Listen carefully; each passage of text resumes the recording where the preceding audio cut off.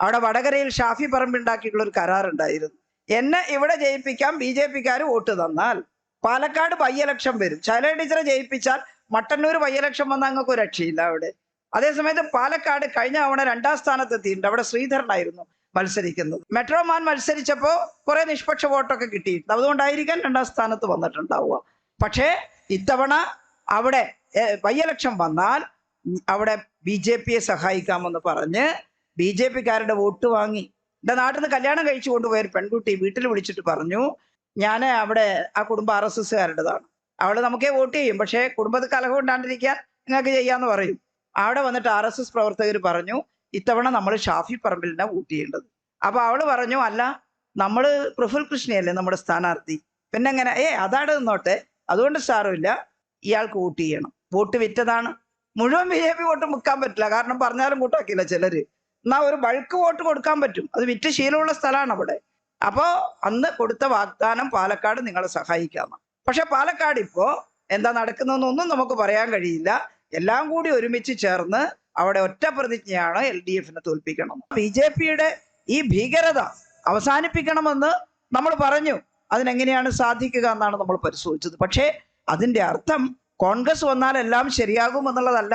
47 മുതൽ കോൺഗ്രസ് 4/3 ഭൂരിപക്ഷത്തിന് ഈ രാജ്യം ഭരിച്ചിട്ടുണ്ട്. ഇത്ര വികൃതമായിരുന്നു കോൺഗ്രസിന്റെ നയം. എന്തുകൊണ്ടാണ് കോൺഗ്രസ് അധികാരത്തിൽ വന്നപ്പോ സമ്പൂർണ്ണ ഭൂപരിഷ്കരണം നടത്താതിരുന്നത്? എന്തുകൊണ്ടാണ് സോവിയറ്റ് റഷ്യയിൽ അന്ന് ചെയ്തതുപോലെ ഇന്ത്യയിലെ തരിശു നിലങ്ങളെല്ലാം കൃഷി ചെയ്ത് മുഴുവൻ ഇന്ത്യക്കാർക്കും ഭക്ഷണം കഴിക്കാൻ കഴിയുന്ന ഭക്ഷ്യ സ്വയം പര്യാപ്തത കൈവരിക്കാൻ ഈ ഇന്ത്യ മഹാരാജ്യത്ത് ശ്രമിക്കാതിരുന്നത്? അവർ വന്നിട്ട് അത് ചെയ്തില്ല. കമ്മ്യൂണിസ്റ്റ് പാർട്ടി രൂപം കൊള്ളുന്നത് 1920-ലാണ്. റഷ്യ കാണാൻ ചെന്ന ചിലർ അവിടെ വെച്ച് തന്നെ കമ്മ്യൂണിസ്റ്റ് പാർട്ടി ഉണ്ടാക്കി. തിരിച്ചിവിടെ വരുമ്പോൾ അവരെ എല്ലാം പിടിച്ച് ജയിലിലടച്ചു, ചിലരെ തൂക്കിക്കൊന്നു. പക്ഷെ തോറ്റു കൊടുത്തില്ല. ഇന്ത്യയിലെ ഈ പാവപ്പെട്ട കൃഷിക്കാർക്ക്, പട്ടിണി കിടക്കുന്നവർക്ക് ഒരു സ്വാതന്ത്ര്യത്തിന്റെ വായു ആശ്വസിക്കണമെങ്കിൽ, ശുദ്ധവായു കിട്ടണമെങ്കിൽ ഇടതുപക്ഷം വളരണമെന്ന് ആഗ്രഹിച്ചിട്ടാണ് ഇന്ത്യയുടെ നാനാഭാഗത്തും കൃഷിക്കാരുടെ സംഘടനയൊക്കെ ഉണ്ടായത്. വലിയ സമരങ്ങൾ നടന്നു. ഇവിടെ ജന്മിത്വത്തിനെതിരായിട്ടുള്ള പോരാട്ടം, ഒരു തുണ്ട് ഭൂമിക്ക് വേണ്ടി, തെലങ്കാന സമരം, ബംഗാളിലെ തേഭാഗ സമരം, എത്രയാളെ വെടിവെച്ച് കൊന്നു കളഞ്ഞത്. ഈ കടത്തി കൊണ്ടുപോകുന്ന നെല്ലിൻ്റെ അകത്തുനിന്ന് ഒരു കോങ്ങ കഞ്ഞി കുടിക്കാൻ തരണം തമ്പുരാനെ എന്ന് പറഞ്ഞതിനല്ലേ തില്ലങ്കേരിയിലെ പാടത്തിന്റെ വരമ്പത്ത് ജാഥ നടത്തുന്ന പാവപ്പെട്ടവർ ഒരായുധം അവരുടെ കയ്യിലില്ല, ഒരു വടിയുടെ മേലെ കെട്ടിയ ചുവന്ന കൊടിയല്ലാതെ വെടിവെച്ചിട്ട് കൊന്നില്ലേ? ഞങ്ങളുടെ കുട്ടികൾ പട്ടിണിയാണ്, ഇത് മുഴുവൻ കൊണ്ടുപോകല്ലേ എന്ന് പറഞ്ഞതിനല്ലേ നമ്മുടെ പ്രിയപ്പെട്ട കയ്യൂരെ 4 ചെറുപ്പക്കാരെ കണ്ണൂർ സെൻട്രൽ ജയിലിൽ തൂക്കുമരത്തിലേറ്റിയത്? അതൊക്കെ നാടിന് വേണ്ടി നടത്തിയ പോരാട്ടമല്ലേ? ആ പാവപ്പെട്ട മനുഷ്യർ സഹിച്ച ത്യാഗത്തിന്റെ ഫലമായിട്ടാണ് 57 ഇടതുപക്ഷ ഗവൺമെന്റ് വന്നത്. 1920 നമ്മുടെ സ്ഥാപിത വർഷമായിട്ട് നമ്മൾ അംഗീകരിക്കുന്നു communist party of India Marxist. എന്നാൽ ആ പാർട്ടിയെ നിരോധിച്ചു, അതിനെ വല്ലാതെ ദ്രോഹിച്ചു. അതിന് അന്നത്തെ കോൺഗ്രസ്സുകാരും കൂട്ടുനിന്നു. BJP-യുടെ ഇവിടെ കോൺഗ്രസിന്റെ ബ്രിട്ടീഷുകാരുടെ മലബാർ സ്പെഷ്യൽ പോലീസ് കമ്മ്യൂണിസ്റ്റുകാരെയാണ് അടിച്ചമർത്താൻ ശ്രമിച്ചത്. MSP എന്തൊരു താണ്ഡവമാണ് ഇവിടെ സ്വാതന്ത്ര്യത്തിന് മുൻപ് MSP കമ്മ്യൂണിസ്റ്റുകാർക്കെതിരായിട്ട് നടത്തിയത്. അവരുടെ അടിയും ഇടിയും ഒക്കെ കൊണ്ട് പാർട്ടിയുടെ നിരോധനവും ഒക്കെ സഹിച്ച് 1939 ആകുമ്പോൾ അന്നത്തെ കമ്മ്യൂണിസ്റ്റ് പാർട്ടിയുടെ നേതാക്കൾ AKG-യും EMS-ഉം കൃഷ്ണപിള്ളയും എല്ലാം ചേർന്നിട്ട് പറഞ്ഞു, ഈ പാവങ്ങളുടെ മോചനത്തിന് വേണ്ടി പ്രവർത്തിച്ചേ മതിയാവുകയുള്ളൂ, അതിനൊരു കമ്മ്യൂണിസ്റ്റ് പാർട്ടി വേണം. അതുകൊണ്ട് പിണറായിയിലെ പാറപ്പുറത്ത് യോഗം ചേർന്ന് ഞങ്ങൾ കമ്മ്യൂണിസ്റ്റ് പാർട്ടിയുടെ പരസ്യ പ്രവർത്തനം നടത്തുമെന്ന് പ്രഖ്യാപിക്കുകയും അവിടുത്തെ ചുമരിലെല്ലാം എഴുതി വെച്ചു കമ്മ്യൂണിസ്റ്റ് പാർട്ടി സിന്ദാബാദ്. പക്ഷെ വീണ്ടും പഴയ പീഡനം തന്നെ. നേതാക്കളെ എല്ലാം അറസ്റ്റ് ചെയ്യുന്നു, ജയിലിലടക്കുന്നു. എന്ത് വലിയ ത്യാഗമാണ് നമ്മൾ സഹിച്ചത്. പക്ഷെ 1957 ഇവിടെ കേരള സംസ്ഥാനം 56 രൂപം കൊണ്ടതിന് ശേഷം ഭാഷാടിസ്ഥാനത്തിലുള്ള സംസ്ഥാനത്ത് ആദ്യമായി തെരഞ്ഞെടുപ്പ് നടന്നപ്പോ നാട്ടിലെ ജനങ്ങൾ വോട്ട് ചെയ്ത് കമ്മ്യൂണിസ്റ്റ് പാർട്ടിയെ ജയിപ്പിച്ചു. എന്താ കാരണം? കോരനും കുഞ്ഞിരാമനും അബ്ദുറഹിമാനും അഗസ്റ്റിയും ഒക്കെ ആഗ്രഹിച്ചു, മുറ്റത്ത് താൻ കുഴിച്ചു വെച്ച വാഴയുടെ കുല വെട്ടാൻ തനക്ക് അധികാരം വേണം, ഇതെന്റെ മണ്ണാണെന്ന് കമ്മ്യൂണിസ്റ്റുകാർ പറയുന്നു. അവർ വന്നാൽ ഈ മണ്ണിന്റെ മേലെയുള്ള അധികാരം കിട്ടും, തമ്പുരാക്കന്മാരിത് വെട്ടിക്കൊണ്ടുപോകുന്നത് ഇല്ലാതാകും. ചത്താൽ ഏതെങ്കിലും പുഴയിൽ, ഇരിക്കൂർ പുഴയിൽ അവിടെയെല്ലാം ഉള്ളവര് കൊണ്ടുപോയി ഒഴുക്കി ശവം അറബിക്കടലിലേക്ക് പോകുന്ന അവസ്ഥയെ കുഴിച്ചിടാൻ ഒരിടമില്ല. കാരണം എല്ലാ ഭൂമിയും തമ്പുരാൻ്റെതാണ്. അപ്പൊ മരിച്ചാൽ അടക്കുക എന്നുള്ളത് മനുഷ്യ സ്നേഹത്തിന്റെ പരമമായിട്ടുള്ള ഒരു വസ്തുതയാണ്. മരിച്ചാൽ അടക്കാൻ കഴിയാത്ത പാവങ്ങളെ കുറിച്ച് സങ്കല്പിക്കാൻ പറ്റുമോ നമുക്കിന്ന്? ആ പാവങ്ങൾ പുഴയിലോ കടലിലോ കൊണ്ടുപോയി മൃതദേഹം തള്ളേണ്ടി വരുന്ന താഴ്ന്ന ജാതിക്കാരായിട്ടുള്ള പാവങ്ങൾ വിശ്വസിച്ചു കമ്മ്യൂണിസ്റ്റ് പാർട്ടി വന്നാൽ ഒരുപക്ഷെ മരിച്ചാൽ മുന്നിലുള്ള മണ്ണ് മാന്തി അവിടെ കുഴിച്ചു വെക്കാൻ പറ്റും അപ്പനെയും അമ്മയെയും. അതുകൊണ്ട് അവർ വോട്ട് ചെയ്തു. 57 തെരഞ്ഞെടുപ്പിലൂടെ കമ്മ്യൂണിസ്റ്റ് പാർട്ടി വന്നു. ഞാനെല്ലാം വിശദീകരിക്കുന്നില്ല, ഇവിടെ ഒരുപാട് ആളുകൾ പ്രസംഗിക്കാനുണ്ട്. പഴയ ചരിത്രം മാത്രം പറഞ്ഞ് നമുക്ക് പോകാൻ പറ്റില്ല. പക്ഷേ നമ്മുടെ സമ്മേളനത്തിന്റെ നാളുകളിലെങ്കിലും അത് ഓർക്കണം നമ്മൾ. അവിടെ മയ്യിൽ ഒരു ഭാഗത്ത് അന്ന് പാർട്ടി നേതൃത്വത്തിൽ ഒരു പൊതുയോഗം വെച്ച് അവിടെ പ്രസംഗിക്കാൻ വേണ്ടി പാർട്ടി നേതാക്കൾ ചെന്നപ്പോൾ അന്ന് KPRന്റെ പ്രസംഗം നടക്കുന്നു. അവിടെ ആ പ്രസംഗം നടക്കുമ്പോൾ അതിനെ തല്ലിപ്പിരിക്കാൻ വലിയ മുട്ടം വടിയായിട്ട് ഇല്ലത്തെ കാര്യസ്ഥൻ ആളുകളെ വിട്ടു, ഗുണ്ടകൾ വന്ന് പതിയിരുന്ന് പ്രസംഗം കേൾക്കുകയാണ്. പ്രസംഗിച്ചുകൊണ്ടിരിക്കുമ്പോൾ ഇദ്ദേഹം പറയുന്നത് നമ്മുടെ കുരുമുളക് പറിച്ചു കൊണ്ടുവരുന്നു, സമ്മതിക്കാൻ പറ്റില്ല, നമ്മുടെ മുറ്റത്തെ കുരുമുളക് നമ്മൾ പറിക്കും, നമുക്കതിന്റെ കാശ് കിട്ടണം എന്ന്. അന്നും ബ്രിട്ടീഷുകാരുടെ ചില കോടതികളൊക്കെ ഉണ്ടായിരുന്നു. കോടതിയിൽ നിന്ന് എപ്പോഴും നല്ല വിധിയൊന്നും കിട്ടില്ല കൃഷിക്കാരന് അനുകൂലമായിട്ട്. അപൂർവം ചിലപ്പോൾ വിധി കിട്ടിയിട്ടുണ്ട് കോടതി പോയപ്പോൾ. അപ്പോൾ അന്ന് പ്രസംഗം നടക്കുമ്പോൾ തല്ലണം എന്നാണ്.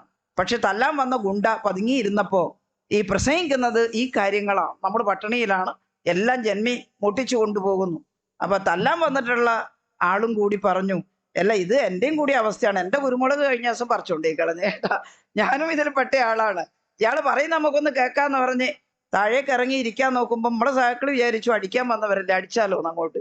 അപ്പൊ KPR പറഞ്ഞു അടിക്കണ്ട, അയാൾ പ്രസംഗം കേൾക്കല്ലേ, അവിടെ ഇരുന്ന് കേൾക്കട്ടെ. തേച്ചും കേട്ടപ്പോ പറഞ്ഞു ഇനി ഞാനും ഇവരെ കൂടെ ചേർന്നാൽ, നിങ്ങളെ കൂടെ ചേർന്നാൽ എന്റെ കുരുമുളക് കിട്ടുമെന്ന് ചോദിച്ചു. ആ കേസിൽ കേസ് കൊടുത്തു.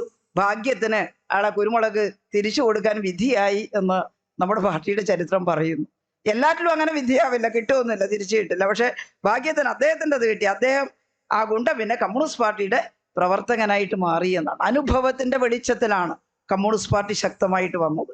57 ഗവൺമെന്റ് വന്നപ്പോ EMS ആദ്യം ചെയ്തത്, ആ ഗവൺമെന്റ് ചെയ്തത് ഒരു 5-6 ദിവസം ആകുമ്പോഴേക്കും ഒരു നിയമം കൊണ്ടുവരലാണ്. ബില്ലായി അസംബ്ലിയിലൊക്കെ വരാൻ താമസിക്കും. അതുകൊണ്ട് ഒരു ഓർഡിനൻസ് ഇറക്കി. എന്താണ് ആ ഓർഡിനൻസ്?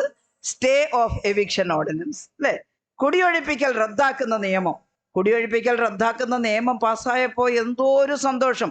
ഇന്ന് പറഞ്ഞാൽ ആ സന്തോഷം ഒന്നും അനുഭവിക്കാൻ പറ്റില്ല. കാരണം നമ്മളെല്ലാം വീട്ടിന്റെ രേഖ പെട്ടിയിലുണ്ട്, അല്ലെ? 2 സെന്റെങ്കിൽ 2 സെന്റ്, 5 സെന്റെങ്കിൽ 5 സെന്റ്, 1/2 ഏക്കറെങ്കിൽ 1/2 ഏക്കർ, ആ രേഖ നമ്മളെ പെട്ടിയിലുണ്ട്. പിന്നെ ബാങ്കിൽ നിന്ന് ലോൺ എടുക്കാൻ വേണ്ടി കൊണ്ടുവച്ചിട്ടുണ്ടെങ്കിൽ ആടി ഉണ്ടാവും, ബാങ്കിലായിരിക്കും ചിലരത് ഉണ്ടാവുക, നമ്മളെ കയ്യിലല്ല. പക്ഷെ അത് നമ്മുടേതാണ്.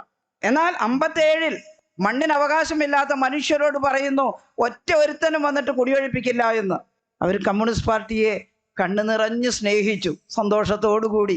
ഹാവോ, നമ്മൾ കഷ്ടപ്പെട്ടതിന് പാർട്ടി ഒരു പരിഹാരം ഉണ്ടാക്കിയിരിക്കുന്നല്ലോ. അങ്ങനെയാണ് കമ്മ്യൂണിസ്റ്റ് കുടുംബങ്ങളുടെ എണ്ണം കൂടിയത് കേരളത്തിൽ.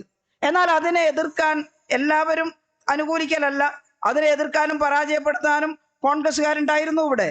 അതിനോടെല്ലാം മല്ലിട്ട് കൊണ്ട് തന്നെ കമ്മ്യൂണിസ്റ്റ് പാർട്ടി ജനങ്ങളുടെ പാർട്ടിയായിട്ട് മാറിയത്. പിന്നീട് അത് കുടികിടപ്പ് അവകാശമായി. 1960-കളാകുമ്പോഴേക്കും ഭൂപരിഷ്കരണമായി. കാർഷിക വിപ്ലവത്തിന്റെ തുടക്കം കുറിക്കാൻ നമുക്ക് സാധിച്ചു എന്നുള്ളതാണ്. ജനാധിപത്യ വിപ്ലവത്തിലേക്ക് പോകാനുള്ള ചില ആരംഭങ്ങൾ കുറിക്കാൻ നമുക്ക് സാധിച്ചു. എന്തേ ഇന്ത്യ ഗവൺമെന്റ് അത് ചെയ്തില്ല? ഇന്ത്യയിൽ അധികാരത്തിൽ കിട്ടിയിട്ട് ഇന്നലത്തെ ഹിന്ദു പത്രത്തിൽ ഞാൻ വായിച്ചു, അല്ല ഇന്നത്തെ ഹിന്ദു പത്രത്തിൽ, മഹാരാഷ്ട്രയിൽ അവിടെ മുമ്പ് 84-ൽ ഒരു പ്രോജക്റ്റ്, ഒരു തുറമുഖ പ്രോജക്റ്റ് കൊണ്ടുവരാൻ വേണ്ടി ആളുകളെ കൂട്ടത്തോടെ കുടിയൊഴിപ്പിച്ചു. ഇന്നത്തെ ഹിന്ദുവിലുണ്ട് ലേഖനം. അതിനകത്ത് ആ പാവങ്ങൾ, ഒരു വലിയ ഗ്രാമം, ഒരു സാധാരണ ഗ്രാമം, അവർക്ക് അവിടെ വേറെ ഒന്നുമില്ല, പക്ഷേ അത്യാവശ്യം ഒരു കുഞ്ഞു മൺകട്ട വീടൊക്കെ എടുത്തു വെച്ച് ഭംഗിയായിട്ട് അവിടെ ഇഷ്ടം പോലെ മീൻ പിടിക്കാനുണ്ട്, മീനൊക്കെ പിടിച്ചുകൊണ്ടൊന്ന് വിൽക്കാനും കുറച്ച് കാടൊക്കെ ഉണ്ടായിരുന്നു. അവിടെ പോയി കാട്ടുവിഭവങ്ങളൊക്കെ ശേഖരിക്കാനും, കാട്ടിൽ ഇഷ്ടം പോലെ പച്ചമരുന്നുണ്ടായിരുന്നു. ആ പച്ചമരുന്ന് ശേഖരിച്ചു കൊണ്ടുവന്ന് വിറ്റിട്ട് ജീവിക്കുന്ന കുറെ കുടുംബങ്ങൾ ഉണ്ടായിരുന്നു. ഒരുമാതിരി സമാധാനത്തോടെ, വലിയ ഹാഷ് പോഷൊന്നും അല്ലെങ്കിലും ജീവിച്ചു പോരുന്ന മനുഷ്യരെ 84-ൽ ഒരു തുറമുഖ പ്രോജക്റ്റിന് വേണ്ടി കൂട്ടത്തോടെ കുടിയിറക്കി. അപ്പോ എന്താ കൊടുത്തത്? കോമ്പൻസേഷൻ കൊടുത്തോ? 84 കഴിഞ്ഞിട്ട് വർഷം എത്രയായിടൂ, ഇന്നും കോമ്പൻസേഷൻ കിട്ടിയിട്ടില്ല. അന്ന് ചെറിയ ഒറ്റ മുറി ടെന്റ് എടുത്തു നിന്ന കുടുംബത്തിൽ ആളുകൾ പെറ്റു വരികി വലിയ കുടുംബമായിട്ട് മാറി. ആ ഒറ്റ മുറിയിലാണ് എല്ലാവരും. അപ്പോൾ അപ്പുറത്തെ സ്ഥലം ഇല്ലാഞ്ഞിട്ട് അതിന്റെ തൊട്ടടുത്തുള്ള ഈ ചളിവെള്ളം പോകുന്ന, മലിനജലം പോകുന്ന കാനയുടെ മേലെ എന്തൊക്കെയോ കൊണ്ടുവന്ന് നിരത്തിയിട്ട് അവിടെയും കൂടി ടെന്റ് വ്യാപിപ്പിച്ചിട്ട് അതിനകത്ത് കയറി കിടക്കുകയാണ്. ആ പാവപ്പെട്ട മനുഷ്യർ പറഞ്ഞത് കേട്ടിട്ട് കണ്ണ് നിറഞ്ഞു പോയി. കാരണം മഴക്കാലാകുമ്പോ ഈ കാനയിൽ വെള്ളം നിറഞ്ഞിട്ട് മേലേക്ക് പൊങ്ങും. അപ്പൊ പുഴുവൊക്കെ ഈ കുടിലിന്റെ അകത്തേക്ക്, കടലാസ് ടെന്റിന്റെ അകത്തേക്ക് കയറും. ഞങ്ങൾ എങ്ങനെ ജീവിക്കും? ഇതാണ് സ്വതന്ത്ര ഇന്ത്യ. നമ്മുടെ നാട്ടിൽ ചില കോൺഗ്രസ്സുകാരൊക്കെ എന്താ സരിഗമ കമ്മ്യൂണിസ്റ്റ് പാർട്ടിയെ എതിർക്കാൻ, കമ്മ്യൂണിസ്റ്റ് ആശയങ്ങളെ എതിർക്കാൻ. അവരാണെല്ലാം കൊണ്ടുവന്നത്, ഉമ്മൻചാണ്ടിയാണ്, എ.കെ. ആന്റണിയാണ് എന്നൊക്കെ പറഞ്ഞ് ബഹളം വെക്കുന്നുണ്ടല്ലോ. എടോ, നിങ്ങളുടെ കോൺഗ്രസിന്റെ ആശയം ജനങ്ങൾക്ക് വേണ്ടിയുള്ളതാണെങ്കിൽ ഈ പാവപ്പെട്ട മനുഷ്യർക്ക് ഒരു ടാർപോളിൻ ഷെഡെങ്കിലും കെട്ടിക്കൊടുക്കരുതോ? നിങ്ങൾക്ക് കൊടുത്തിട്ടില്ലല്ലോ 5 പൈസ. മുമ്പ് ഇന്ദിരാഗാന്ധിയുടെ ഇളയ മകൻ സഞ്ജയ് ഗാന്ധി അവിടെ ഡൽഹിയിൽ ഒരു പാലിക ബസാർ ഉണ്ടാക്കണമെന്നും പറഞ്ഞ് അവിടെ താമസിച്ചിരുന്ന പാവപ്പെട്ട മനുഷ്യരെ എല്ലാം ബുൾഡോസർ കൊണ്ടുവന്ന് ഇടിച്ചു നിരത്തി കൊണ്ടുപോയി. ഞങ്ങളെല്ലാം ഇപ്പൊ ഡൽഹിയിൽ പോയാൽ അത്യാവശ്യം ഭൂമിൻ്റെ ഉള്ളിലെ പാലിക ബസാർ പോകാറുണ്ട്. കുറഞ്ഞ പൈസക്ക് സാധനം ബാർഗൈൻ ചെയ്ത് വാങ്ങാൻ പറ്റുമോ നോക്കിയിട്ട്. ഞാൻ അവിടെ ചെല്ലുന്ന ഓരോ നിമിഷവും ഹൃദയം മിടിക്കും. അയ്യോ, ഇതിന്റെ പുറത്തായിരുന്നല്ലോ കുറെ പാവങ്ങളെന്ന് ജോലി ചെയ്ത് ജീവിച്ചിരുന്നത്.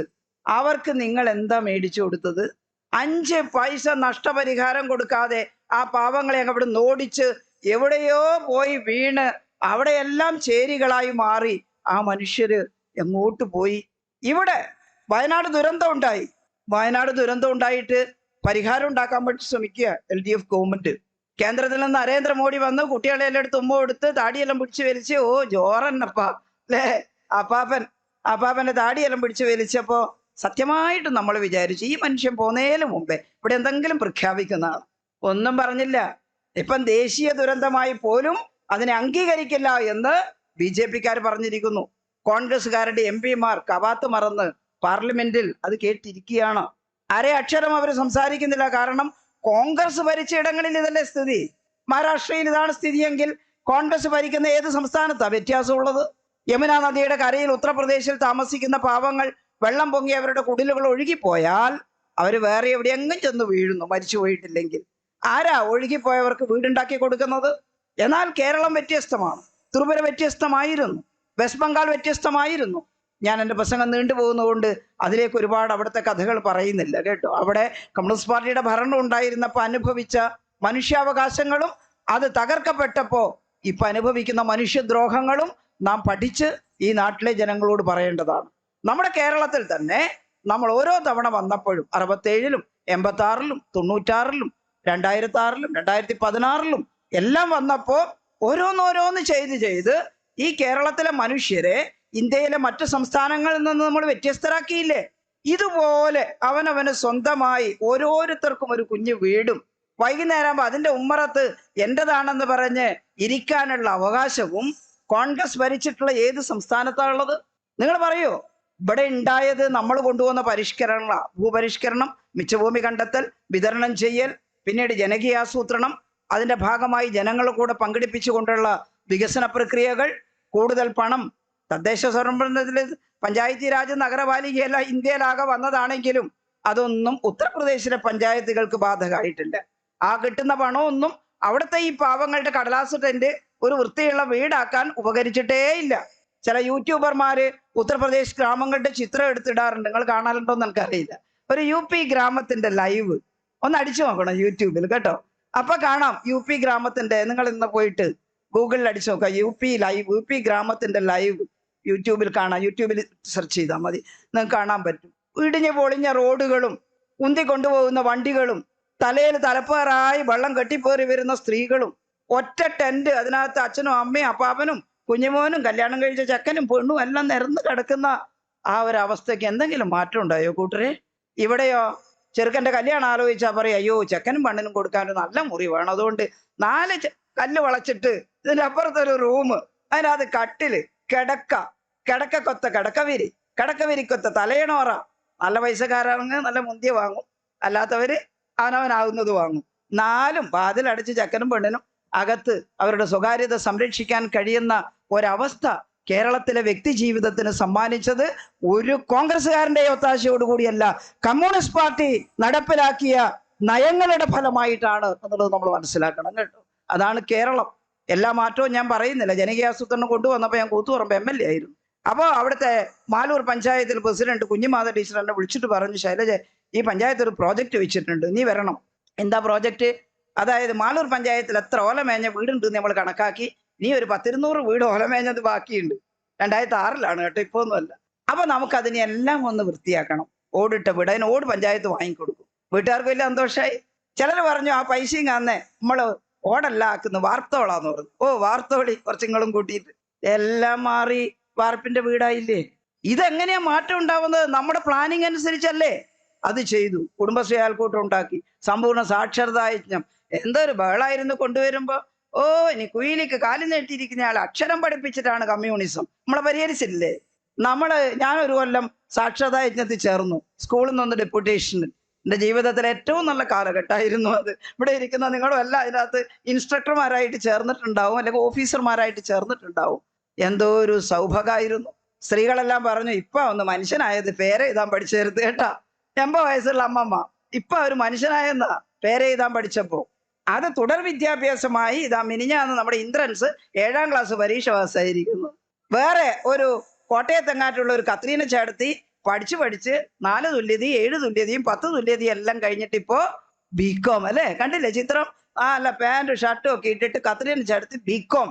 എവിടെ കോൺഗ്രസ്സുകാര്, നിങ്ങൾ ഭരിക്കുന്ന ഉത്തർപ്രദേശിലോ അതുപോലുള്ള നിങ്ങൾ ഭരിച്ചുകൊണ്ടിരുന്ന അവിടെ എവിടെയെങ്കിലും ഈ ഒരു തുടർ വിദ്യാഭ്യാസ പ്രക്രിയയിൽ അവിടെ ഈ കഷ്ടപ്പെടുന്ന പാവങ്ങൾക്ക് 4ഉം 7ഉം 10ഉം +2 തുല്യത പാസ്സാക്കിക്കാനുള്ള പ്രോജക്റ്റ് അവരെ കൈപിടിച്ചുയർത്തിയിട്ടുണ്ടോ? ഇല്ലാലോ. ഇല്ലെങ്കിൽ ഇത് കമ്മ്യൂണിസ്റ്റുകാരതാണ് അല്ലേ? ഈ പരിഷ്കാരം കമ്മ്യൂണിസ്റ്റുകാരതാണ്. അതാണ് ഇടതും വലതും തമ്മിലുള്ള വ്യത്യാസം. നിങ്ങളെല്ലാം കണക്കാ, നിങ്ങൾ ആര് വന്നാലും ഞമ്മക്കെല്ലാം ഒരുപോലെ. എന്നാൽ കോൺഗ്രസ്സുകാരൻ പിരികേറ്റാൻ പറയും. സരോജിനി എടുത്തി നിങ്ങൾക്ക് ലൈഫിന്റെ വീട് കിട്ടിയില്ല അല്ലേ? ഇല്ല മോനെ, ഞാനും കൊടുത്തിനേനു, അങ്ങോട്ടല്ലേ കല്യാണിക്കെല്ലാം കിട്ടി, എനിക്ക് കിട്ടിയില്ല. അന്നേരം സൂചി എന്താ കൊണ്ടുപോയിട്ട് കുത്തിക്കോട് കരിവാളിന് തന്നെ അല്ലേ? അല്ലെങ്കിൽ ഈ കൊടിയും പിടിച്ച് നടക്ക്. എന്റെ നാട്ടില് ഒരാളോട് അങ്ങനെ പറഞ്ഞപ്പോ അമ്മമ്മ പറഞ്ഞു, നീ മിണ്ടാണ്ട് പോയിക്കോളണം, നിന്റെ എപ്പടാച്ചൊന്നും എൻ്റെ അടുത്ത് വേണ്ട. എന്റെ പാർട്ടിക്കാരും എൻ്റെ മുന്നണിയും കൊണ്ടുവന്ന പദ്ധതിയാ ലൈഫ് മിഷൻ കേട്ടോ. അതിൽ കുറെ ആൾക്ക് കൊടുത്തു, ബാക്കിയുള്ളവർ ബാക്കിയുണ്ട്. അവർക്കും കൂടി കിട്ടണമെങ്കിൽ എന്റെ പാർട്ടിക്ക് വോട്ട് ചെയ്താൽ കിട്ടില്ല. നീ വന്ന ഉടനെ തന്നെ ഈ ലൈഫ് മിഷനും ഉണ്ടാവില്ല, ഒരു മിഷനും. നിങ്ങൾ കുറെ കാലം ഭരിച്ചിരുന്നല്ലോ, ഒന്നും കണ്ടിട്ടില്ലല്ലോ. അതുകൊണ്ട് ഞാൻ എൻ്റെ പാർട്ടിയുടെ കൂടെ ഒന്ന് കിട്ടുന്നത് വരെ അതിന്റെ കൂടെ നിൽക്കും കേട്ടോ. അങ്ങനെ എല്ലാവരും പറയോടു ഇല്ല. ചിലര് പറയും, അതെന്നെ മോനെ ഞാനെന്താ ഇതിന്റെ കൂടെ, എന്നോടെന്താ ഒരു പക്ഷഭേദം എന്നൊക്കെ തോന്നിപ്പോയാൽ നമ്മുടെ ഈ പരിഷ്കാരങ്ങളെല്ലാം ഒറ്റപ്പാട് നടപ്പിലാക്കാൻ നമുക്ക് കഴിയില്ലല്ലോ. 2016 വന്ന പിണറായി ഗവൺമെന്റ്, പിണറായി പറഞ്ഞു നമ്മളെ പൂർവികർ ഒരുപാട് മാറ്റം ഉണ്ടാക്കിയിട്ടുണ്ട്. ഇടക്കിടക്ക് നായനാരും EMS എല്ലാം വന്നപ്പോ, VS എല്ലാം വന്നപ്പോ നമ്മളിനി എന്താ ചെയ്യേണ്ടത്? ഇന്നത്തെ സാഹചര്യത്തിനനുസരിച്ച് നമ്മുടെ കുടുംബങ്ങളിൽ ആധുനിക സൗകര്യം ഉണ്ടാകണം. അവരുടെ കുട്ടികൾക്ക് പഠിക്കാൻ നല്ല സ്കൂൾ വേണം. എല്ലാ ഗ്രാമത്തിലും സർക്കാർ സ്കൂളുണ്ട്. നായനാറ് മന്ത്രിയായിരുന്ന സമയത്ത്, മുഖ്യമന്ത്രി ആയിരുന്ന സമയത്ത് ഏതെങ്കിലും പഞ്ചായത്തിൽ ഗവൺമെന്റ് സ്കൂൾ ഇല്ലെങ്കിൽ അവിടെ ചോദിച്ചോളൂ, ഗവൺമെന്റ് സ്കൂൾ തരാമെന്ന് പറഞ്ഞിട്ടുണ്ട്. VS മുഖ്യമന്ത്രിയായ സമയത്ത് എവിടെയെങ്കിലും ഹയർ സെക്കൻഡറി സ്കൂളിന്റെ അഭാവം ഉണ്ടെങ്കിൽ ഹയർ സെക്കൻഡറി തരാമെന്ന് പറഞ്ഞിട്ടുണ്ട്. അതൊക്കെ ഇന്ന് നാട്ടിൽ കുറെ വന്നിട്ടുണ്ട്. ഇന്നിപ്പോ സ്കൂളില്ലാത്ത കുറവില്ല. പക്ഷേ നാട്ടിലെ LP സ്കൂളിൽ കുട്ടികളെ ചേർക്കുന്നില്ല സാധാരണക്കാര്. ഈ പൊടിയും ചെടിയും പിടിച്ച മുറ്റവും, അകത്ത് കയറിയാൽ ചൂട് കാലത്ത് ഫാനില്ല, ജനലിന്റെ കതക് പറഞ്ഞു തൂങ്ങിയിട്ട് ആരും എടുത്ത് കൊളുത്തിയിട്ടില്ല, അതിന് കർട്ടനില്ല എന്നൊക്കെ പറഞ്ഞിട്ടാ അവിടെ അയക്കാത്തത്. ഒരു സുഖമില്ല സ്കൂള്. അപ്പോഴാണ് പിണറായി പറഞ്ഞത്, നമുക്കൊരു കാര്യം ചെയ്യാം, സ്കൂളിനെ എല്ലാം ഒന്ന് വൃത്തിയാക്കാം. പൈസ എവിടെ നടും? ഇവിടുത്തെ നികുതി പണം എല്ലാം മേലെ പോയിട്ട് അവിടെ പിടിച്ചു വെക്കല്ലേ. എന്നാൽ ആ നികുതി പണം എന്തിനാ നിങ്ങൾ കൊടുക്കുന്നതെന്ന് ചോദിച്ചാൽ കൊടുക്കാണ്ടിരിക്കാൻ പറ്റില്ല. ഫെഡറൽ ഭരണഘടനയാ. സംസ്ഥാനങ്ങൾക്ക് ഇവിടെ പിരിച്ച് ഇവിടെ ചെലവാക്കാൻ പറ്റില്ല. ഈ പണം കേന്ദ്രത്തിൽ പോയി അവിടുന്ന് നമ്മുടെ വിഹിതം ഇങ്ങോട്ട് തരണം എല്ലാ സംസ്ഥാനങ്ങൾക്കും.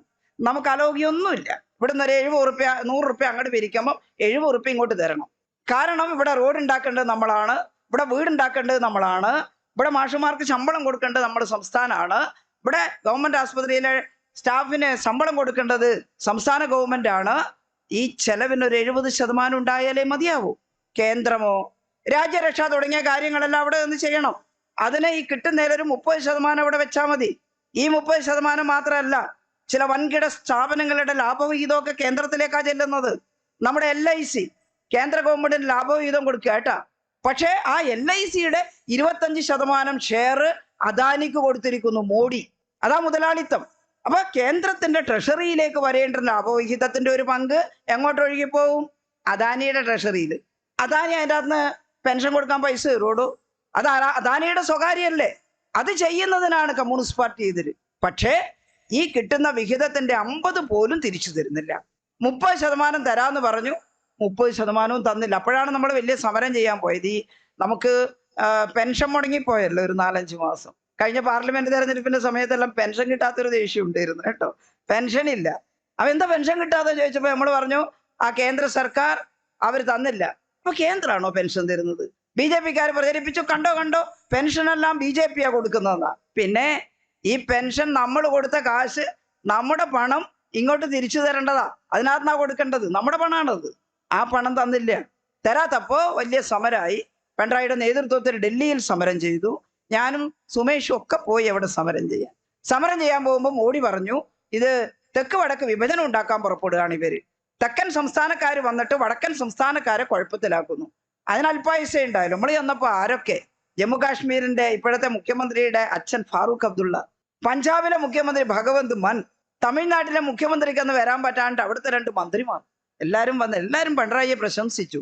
കേരളത്തിന്റെ മുഖ്യമന്ത്രി മിസ്റ്റർ പിണറായി, നിങ്ങൾ ചെയ്യുന്നത് രാജ്യസ്നേഹപരമായിട്ടുള്ള ഒരു കാര്യമാണ്. ഈ പ്രതിഷേധത്തിൽ ഞങ്ങളുണ്ട് നിങ്ങളുടെ കൂടെ എന്ന് പറഞ്ഞു. നമുക്ക് വലിയ സന്തോഷം, വലിയ ആവേശത്തോടെയാണ് ഞങ്ങൾ തിരിച്ചു പോകുന്നതെങ്കിലും ആ സമരം ചെയ്തിട്ടും പൈസ ഒന്നും തന്നില്ല. കേസ് കൊടുക്കേണ്ട വന്നു. അവസാനം കോടതി ഒരു ചെറിയ അനുഭാവം കാണിച്ചപ്പോൾ കുറച്ച് പൈസ തന്നപ്പോൾ നമ്മൾ പെൻഷൻ കൊടുക്കാൻ തുടങ്ങിയില്ല. അതുപോലെ കഴിഞ്ഞ ഗവൺമെന്റ് പിണറായി പറഞ്ഞ അവിടുന്ന് പൈസ ഒന്നും കിട്ടില്ല, നമുക്ക് ഇതെല്ലാം ഒന്ന് നന്നാക്കാൻ പൈസ ഉണ്ടാക്കണം. തോമസ് ഐസക്കും എല്ലാം കൂടി ആലോചിച്ചിട്ടാണ് കിഫ്ബി പുനരുജ്ജീവിപ്പിക്കാൻ ശ്രമിച്ചത്, Kerala infrastructure investment fund board. ഞാൻ വിശദീകരിക്കുന്നില്ല, സമയം പോയതുകൊണ്ട്. ഈ ബഡ്ജറ്റിന് വെളിയിലുള്ള വായ്പ എടുക്കാം. ആ വായ്പ പെൻഷൻ കൊടുക്കാൻ ഉപയോഗിക്കാൻ പറ്റില്ല. അത് മൂലധന ചെലവുകൾക്കുള്ളതാണ്, ക്യാപിറ്റൽ എക്സ്പെൻഡിച്ചർ മതി. ക്യാപിറ്റൽ എക്സ്പെൻഡിച്ചർ നടത്തിയാൽ 2 കാര്യം. 1, ഇതെല്ലാം നന്നാവും സ്ഥാപനങ്ങൾ. 2, ഇതിൽ ചില സ്ഥാപനങ്ങളിൽ നിന്ന് നമുക്കൊരു വരുമാനം ഉണ്ടാകും. 3, ഈ പണിയെല്ലാം നടക്കുമ്പോൾ ആളുകൾക്ക് ഇഷ്ടം പോലെ പണിയുണ്ടാവും, കൂലി ഉണ്ടാവും, മാർക്കറ്റ് ചലിക്കും, നല്ല സജീവമാവും അന്തരീക്ഷം. നമ്മൾ വായ്പ എടുത്തു, 50,000 കോടി എടുത്ത് റോഡ് ഉണ്ടാക്കാനും സ്കൂൾ ഉണ്ടാക്കാനും ആസ്പത്രി ഉണ്ടാക്കാനും ഒക്കെ ആഗ്രഹിച്ചതാണ്. കേസ് കൊടുത്ത് 85,000 കോടിയോളം കൊടുത്തു. അത് തിരിച്ചടക്കാനുള്ള മാർഗമൊക്കെ കണ്ടുകൊണ്ടാണ്. അതൊന്നും നേരമില്ലാത്തതുകൊണ്ട് വിശദീകരിക്കുന്നില്ല, നിങ്ങളെല്ലാം വായിച്ച് മനസ്സിലാക്കുക. എന്ത് മാറ്റാണ് ഉണ്ടായത്? സ്കൂളുകൾ ഇത്ര മനോഹരമായിട്ട് വന്നു. ഗവൺമെന്റ് സ്കൂളുകൾ, സ്മാർട്ട് ക്ലാസ് റൂമുകൾ. ഇന്നലെ കണ്ടു ഏതോ ഒരു സ്കൂളിൽ TV, രാവിലെ ചായ കുടിക്കുമ്പം ഏതോ ഒരു TV തുറന്നപ്പോൾ അതിൻ്റെ അകത്തൊരു AI ടീച്ചർ കണ്ടോ? നിങ്ങളാരെങ്കിലും? ആർട്ടിഫിഷ്യൽ ഇന്റലിജൻസ് ഉപയോഗിച്ച് ഒരു പ്രതിമ, ഒരു ടീച്ചർ, അതിന് നല്ല സുന്ദരിയായ സ്ത്രീയുടെ മുഖമൊക്കെ ഉണ്ട്. അതിനോട് കുട്ടികൾ വന്നിട്ട് ചോദ്യം ചോദിക്കുകയാണ്, ടീച്ചർ നമ്മുടെ സ്കൂളിന്റെ പേരെന്താ? അപ്പൊ ടീച്ചർ വളരെ വ്യക്തമായി നമ്മുടെ സ്കൂളിന്റെ പേര് പറയുന്നു. ടീച്ചറോട് കുറെ ചോദ്യങ്ങൾ ചോദിച്ചു, പരിസ്ഥിതി പ്രശ്നങ്ങളും മറ്റും. ടീച്ചർ വളരെ ഗംഭീരമായിട്ട് ഉത്തരം പറയുന്നു. കുട്ടികൾക്കൊരു കൗതുകമാണ്. സ്കൂളിലെ സാധാരണ ടീച്ചർ പറഞ്ഞാലും മതി, പക്ഷെ AI ടീച്ചർ പറയുമ്പോൾ മടിയന്മാരും നിന്ന് കേൾക്കുകയാണ്, അല്ലേ? കഥ പറയാതെ ഇതൊരൽപ്പം അവർ ചോദിക്കുന്ന ചോദ്യത്തിന് പ്രതിമ ഉത്തരം പറയല്ലേ. ഇതാണ് കേരളം. ഉത്തർപ്രദേശിലെ ഗ്രാമത്തിൽ ചിന്തിക്കാൻ കഴിയോടോ ഇത്? അവിടുത്തെ ഗ്രാമത്തിൽ സ്കൂൾ ഉണ്ടോ? ഞാൻ അതിന്റെ വിശദീകരണത്തിലേക്ക് പോകുന്നില്ല. ഈ മാറ്റത്തിന് ഉത്തരവാദി ഇടതുപക്ഷം അല്ലെങ്കിൽ ആരാണ്? വലിയ മാറ്റമാണ് കേരളത്തിലെ വിദ്യാഭ്യാസ മേഖലയിൽ ഉണ്ടായിട്ടുള്ളത്. ഇനിയും മാറാനുണ്ട്. മെഡിക്കൽ കോളേജുകളും അടക്കമുള്ള ആശുപത്രികൾ, ആർദ്രം മിഷൻ, ഞാൻ 5 കൊല്ലം അവിടെ ഉണ്ടായിരുന്നു. എന്നെ സംബന്ധിച്ചിടത്തോളം ജീവിതത്തിലെ ഏറ്റവും സാർത്ഥകമായിട്ടുള്ള 5 വർഷമാണെന്ന് പറയാൻ സാധിക്കും. ഏറ്റവും വലിയ ബുദ്ധിമുട്ട് സഹിച്ച വർഷങ്ങൾ തന്നെയായിരുന്നു. 2 മഹാപ്രളയങ്ങൾ, ഓക്കി ചുഴലിക്കൊടുങ്കാറ്റ്, നിപ്പ വൈറസ് ബാധ, കോവിഡ് ബാധ ഒക്കെ നമ്മളെ വല്ലാണ്ട് കഷ്ടപ്പെടുത്തി. പക്ഷേ എല്ലാ ക്രൈസിസിലും നമുക്കൊരു ഓപ്പർച്യൂണിറ്റി ഉണ്ട് എന്ന് വലിയ ആളുകൾ പറയുന്നത് സത്യമാണെന്ന് ഞാൻ മനസ്സിലാക്കിയിട്ടുള്ള കാലമായിരുന്നു. ഏത് ക്രൈസിസിലും നമ്മൾ ഒരുമിച്ച് ഒരു ടീമായി പ്രവർത്തിച്ചാൽ അതിൽ നിന്ന് പാഠങ്ങൾ പഠിക്കാനുണ്ട്. അത് നമുക്ക് അടുത്ത ക്രൈസിസിന് പ്രയോഗിക്കാൻ സാധിക്കും. നമ്മൾ അതിനെ അതിജീവിച്ചില്ലേ? കേരളത്തിലെ PHCകൾ കുടുംബാരോഗ്യ കേന്ദ്രങ്ങളായി മാറി. എന്ത് മനോഹരമായിട്ടുള്ള കാഴ്ചയാണത്. ഇപ്പൊ ഞാൻ ഈ പൊതുയോഗത്തിനുള്ള ഓരോ സ്ഥലത്ത് ചെല്ലുമ്പോഴും അവിടുത്തെ ആളുകൾ പറയും, ടീച്ചറെ നിങ്ങൾ ആസ്പത്രി കാണാൻ വരുന്നില്ലേ? കുടുംബാരോഗ്യ കേന്ദ്രങ്ങളാ. ചളിപിളി കിട്ടിയിരുന്ന മുറ്റമൊക്കെ ടൈൽസ് ഇട്ട് വൃത്തിയാക്കി, നല്ല പൂന്തോട്ടവും, അകത്ത് കയറുമ്പോൾ നല്ല റിസപ്ഷൻ, നഴ്സുമാരുടെ പ്രീ ചെക്കപ്പ്. 846 PHCയിൽ ഇന്നൊരു 500-ലധികമേ അങ്ങനെ ആയി മാറിക്കഴിഞ്ഞിട്ടുള്ളൂ. ബാക്കിയും കൂടി മാറണം. അത് മാറിക്കൊണ്ടിരിക്കുകയാണ്. രണ്ടാമത് പിണറായി ഗവൺമെന്റ് തുടർച്ചയായി വന്നപ്പോൾ ആ ബാക്കിയുള്ളതും കൂടി പൂർത്തീകരിക്കാൻ ശ്രമിക്കുകയാണ്. എന്തൊരു മാറ്റമാണുള്ളത്. ജില്ലാ ആശുപത്രിയിൽ കാത്ത് ലാബ് അനുവദിച്ചപ്പോൾ ചിലർ പറഞ്ഞ് ഭ്രാന്ത്. ഇവിടെ മെഡിക്കൽ കോളേജിൽ പോലും കാത്ത് ലാബ് ഉപയോഗിക്കാൻ ആളില്ല, കാർഡിയോളജിസ്റ്റ് ഇല്ല. എന്നിട്ട് ടീച്ചർ ഇതെന്ത് ഭാവിച്ചാണ്? ഞാൻ പറഞ്ഞു, വെള്ളത്തിലിറങ്ങിയാലേ നീന്തം പഠിക്കാൻ പറ്റൂ. കേട്ടില്ലേ? കാർഡിയോളജിസ്റ്റിനൊക്കെ കാണാം. IMAക്കാർ ചില ഡോക്ടർമാർ പറഞ്ഞു, മാഡം ബേജാറാവണ്ട, തീരെ കാർഡിയോളജിസ്റ്റിനെ കിട്ടിയിട്ടില്ലെങ്കിൽ പ്രൈവറ്റ് ഹോസ്പിറ്റലിൽ ജോലി ചെയ്യുന്ന ഞങ്ങൾ ഒരു ദിവസം വന്ന് സൗജന്യമായിട്ട് ഇത് ചെയ്തു തരാം. ഉപകരണം വെറുതെ കിടക്കില്ല. അവര് ആത്മാർത്ഥമായിട്ടും പറഞ്ഞതായിരിക്കും, പക്ഷെ അവരെ വിളിക്കേണ്ടി വന്നിട്ടില്ല. കണ്ണൂർ ജില്ലയിലെ കാത്ത് ലാബ് എത്ര ആൻജിയോഗ്രാമും ആൻജിയോപ്ലാസ്റ്റിയും ചെയ്തു. ഇന്നലെ എൻ്റെ ആലക്കത്തുള്ള ഒരു സ്ത്രീ നെഞ്ചുവേദനയായിട്ട് അവിടെ പോയി ആൻജിയോഗ്രാം ചെയ്ത് ആൻജിയോപ്ലാസ്റ്റി ചെയ്യുകയാണ് അല്ലേ. ഇവിടെ അതിലെല്ലാം പണിയെടുക്കുന്ന ആളുകൾ ഉണ്ടാവും. മെഡിക്കൽ കോളേജിൽ എത്തുമ്പോഴേക്കും മരിച്ചു പോകുമായിരുന്ന എത്ര ജീവനാണ് നമ്മൾ രക്ഷിച്ചത്. അവിടെ സ്ട്രോക്ക് യൂണിറ്റ്, ഞാൻ അതെല്ലാം വിശദീകരിക്കുന്നില്ല. സമ്പൂർണ്ണ ട്രോമ കെയർ സംവിധാനം കഴിഞ്ഞ ഗവൺമെന്റ് കൊണ്ടുവന്നത് 315 108 ആംബുലൻസുകൾ കേരളത്തിൽ റോന്തിയിട്ടുകയാണ് കൂട്ടരെ. ഇന്നലെ പരിയാരം മെഡിക്കൽ കോളേജ് അത്യാസന്ന നിലയിലുള്ള ഒരു കുട്ടിയെ എറണാകുളത്ത് എത്തിക്കാൻ വേണ്ടി അവിടെ ആ ആംബുലൻസ് ഒന്ന് തരുവാൻ ചോദിച്ചു. നമ്മളത് തരപ്പെടുത്തി കൊടുത്തു, അതിൽ കൊണ്ടുപോയി. ഹൃദയ സംബന്ധമായ അസുഖത്തിന് മൂലം കുഞ്ഞു മരിക്കുന്നു, ശിശുമരണ നിരക്ക് കുറക്കണം. ഞാൻ മന്ത്രിയായി വരുമ്പോൾ കേരളത്തിൽ ഏറ്റവും കുറഞ്ഞ ശിശുമരണ നിരക്കാണ് ഇന്ത്യയിൽ വെച്ച്. 1000 പ്രസവത്തിന് 12. നമ്മളത് കുറക്കാൻ വേണ്ടി തീരുമാനിച്ചു. കഞ്ചനിറ്റൽ ഹാർട്ട് ഡിസീസ് ഉള്ള ജന്മനാ ഹൃദയ വൈകല്യമുള്ള കുട്ടികൾക്ക് ഓപ്പറേഷൻ സൗജന്യമായി ചെയ്തു കൊടുക്കാൻ ഹൃദ്യം എന്ന് പറയുന്ന ഒരു പദ്ധതി. ഈ ഹൃദയത്തിന്റെ തരക്കേട് ഒരു കമ്പോണന്റ് ആണ് ശിശുമരണം ഉണ്ടാക്കുന്നതിന്റെ. ആ ഓപ്പറേഷന് വേണ്ടി എവിടെ എല്ലാ ഡെലിവറി പോയിന്റും പരിശോധിക്കാൻ തീരുമാനിച്ചു. ഈ ബുദ്ധിമുട്ട് റിപ്പോർട്ട് ചെയ്ത ഉടനെ അവിടെ ഈ ഹൃദ്യം പ്രോജക്റ്റിന്റെ ആംബുലൻസ് ഓടിയെത്തി. അവർ കുട്ടിയെ എടുത്ത് ഈ ഓപ്പറേഷൻ നടക്കുന്ന അന്ന് നമ്മുടെ മെഡിക്കൽ കോളേജിൽ ഉണ്ടായിരുന്നില്ല ഗവൺമെന്റ്. അവിടെ എറണാകുളത്ത് അമൃതയിലും അതുപോലെ ലേക്ക് ഷോറിലും മറ്റൊക്കെ ഉണ്ടായിരുന്നു. ആ മുതലാളിമാരോട് സംസാരിച്ചു, നിങ്ങൾ പറയുന്ന പൈസയൊന്നും തരില്ല, സർക്കാർ ഒരു പൈസ തരും, ആ പൈസക്ക് ഓപ്പറേഷൻ ചെയ്തു തരണം. നമുക്ക് അധികാരത്തിൽ പറയാൻ പറ്റും അവരോട്? വെറുതെ എന്ന് പറയാൻ പറ്റൂല, കാരണം അവർക്ക് ചില ചിലവൊക്കെ ഉണ്ട്. നമ്മൾ ആ പൈസ കൊടുത്തിട്ട് ഇന്ന് 10,000-ഓളം കുട്ടികളുടെ ഓപ്പറേഷൻ ചെയ്തിട്ട് ശിശുമരണ നിരക്ക് 1000 പ്രസവത്തിന് 12-ൽ നിന്നും, ഞാൻ സാധാരണ പറയാറ് 2020 അത് 5 കുറഞ്ഞു എന്ന്, പക്ഷെ യഥാർത്ഥ കണക്ക് 4.6. ഇവിടെ 12-ൽ നിന്ന് ശിശുമരണ നിരക്ക് 4.6 കുറക്കാൻ ഈ കേരളത്തിന് കഴിഞ്ഞിട്ടുണ്ടെങ്കിൽ അത് ഇടതുപക്ഷത്തിന്റെ ആസൂത്രണം കൊണ്ടല്ലേ? അതല്ലേ ഇടതുപക്ഷത്തിന്റെ ആശയവും ആസൂത്രണവും തമ്മിലുള്ള വ്യത്യാസം. ഞാൻ ഇങ്ങനെ പറഞ്ഞാൽ ആരോഗ്യ മേഖലയിലെ കാര്യങ്ങൾ ഒരുപാട് പറഞ്ഞു പോകും, അതൊന്നും പറയുന്നില്ല. അവിടെ AMR റിഡക്ഷനും എല്ലാം വേണ്ടി ക്യാൻസർ സ്ട്രാറ്റജിക് ആക്ഷൻ പ്ലാൻ ഒക്കെ നമ്മൾ കൊണ്ടുവന്നു. അതൊക്കെ ഇപ്പൊ തുടരുകയാണ് രണ്ടാം പിണറായി സർക്കാർ. വീടില്ലാത്തവർക്ക് എല്ലാം വീടെടുത്ത് കൊടുക്കാമെന്ന് ഇന്ത്യയിൽ ഏത് ഗവൺമെന്റ് പറഞ്ഞിട്ടുണ്ട്? സംസ്ഥാന ഗവൺമെന്റ്.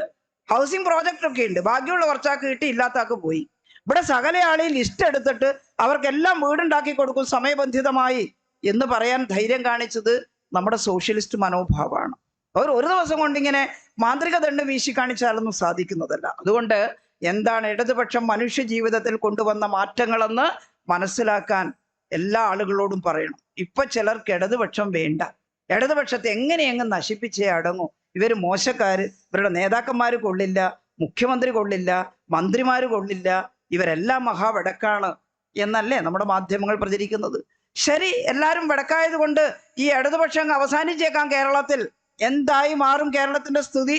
നിങ്ങൾ അറിയോ, കഴിഞ്ഞ പാർലമെന്റ് തെരഞ്ഞെടുപ്പിൽ മതന്യൂനപക്ഷ വിഭാഗത്തിലെ ചില വർഗീയ സംഘടനകളെല്ലാം ഒരുമിച്ച് ചേർന്ന് മുസ്ലിം ലീഗും ചേർന്ന് UDF-നെ ജയിപ്പിക്കാൻ വേണ്ടി ശ്രമിച്ചു. അവരെല്ലാം ഒന്നിച്ചു ചേരുമ്പോൾ ഒരു വലിയ വോട്ടുണ്ട്. എന്താ കേരളത്തിന് ലാഭം? ഇവിടെ ഈ കേരളത്തിലെ ഇടതുപക്ഷം ക്ഷയിച്ചാൽ മതന്യൂനപക്ഷ വിഭാഗത്തിലും മതഭൂരിപക്ഷ വിഭാഗത്തിലും ഉള്ള ആൾക്ക് എന്തെങ്കിലും സ്വൈര്യവും സമാധാനം ഉണ്ടാവുമോ? കടുത്ത വർഗീയത പ്രകടിപ്പിച്ചുകൊണ്ട് ഇവിടുത്തെ റേഷൻ കാർഡും ഇവിടുത്തെ പൗരത്വാവകാശവും ഹിന്ദുക്കൾക്ക് മാത്രമേ പാടുള്ളൂ എന്ന് പറയുന്ന ഒരു കൂട്ടർ ഭരണാധികാരത്തിലിരിക്കും. അവർക്ക് നേരെ ചെറു വിരലനക്കാൻ നിവൃത്തിയില്ലാത്ത, അല്ലെങ്കിൽ അത് ശ്രമിക്കാത്ത കോൺഗ്രസ് ഒരു ഭാഗത്ത് നിൽക്കുന്നു. കർശനമായി ഇത് ഈ കേരളത്തിൽ നടപ്പില്ല. ഇവിടെ ഹിന്ദുവും ക്രിസ്ത്യാനിയും മുസ്ലിമും തോളോട് തോൾ ചേർന്ന് ജീവിക്കുമെന്ന് പറയാൻ പിണറായി വിജയനാണ് സാധിച്ചത്. നിങ്ങൾ വളരെ മോശമായിട്ട് പറയുന്നുണ്ടല്ലോ.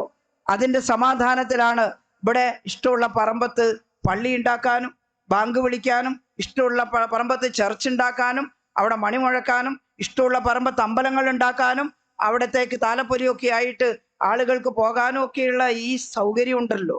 ജനങ്ങൾ അനുഭവിക്കുന്ന ഈ സ്വാതന്ത്ര്യം, ആ സ്വാതന്ത്ര്യം കേരളത്തിലെ ഇടതുപക്ഷ ശക്തിയുടെ ബലത്തിലാണെന്ന് ഇപ്പൊ തിരിച്ചറിഞ്ഞിട്ടില്ലെങ്കിലും ഇടതുപക്ഷത്തിന് ക്ഷീണമുണ്ടായാൽ ഈ നാട്ടിലെ ജനങ്ങൾ മനസ്സിലാക്കും. കണ്ണുപോയിട്ട് കാഴ്ചക്ക് വേണ്ടി നിലവിളിച്ചിട്ട് കാര്യമില്ലല്ലോ. അതുകൊണ്ട് ജനങ്ങളോട് പറയണം, നോക്കൂ, നമ്മൾ അനുഭവിച്ചു വരുന്ന ഈ സുരക്ഷിതത്വം നിലനിർത്താൻ നമുക്കിവിടെ ഇടതുപക്ഷ ശക്തമായിട്ട് വേണം. മലപ്പുറം ജില്ലയെ കുറിച്ച് മുഖ്യമന്ത്രി പരാതി പറഞ്ഞു. മുഖ്യമന്ത്രി പറയുമോ പിണറായി മലപ്പുറം ജില്ലയെ കുറിച്ച്? മുഖ്യമന്ത്രി പറഞ്ഞു, ഞാൻ പറഞ്ഞിട്ടില്ല. കാരണം EMS ഉള്ള സമയത്ത് ആ മലപ്പുറം ജില്ല ഉണ്ടായത്. അത് മുസ്ലിങ്ങൾക്ക് വേണ്ടി ഉണ്ടാക്കിയൊന്നുമല്ല.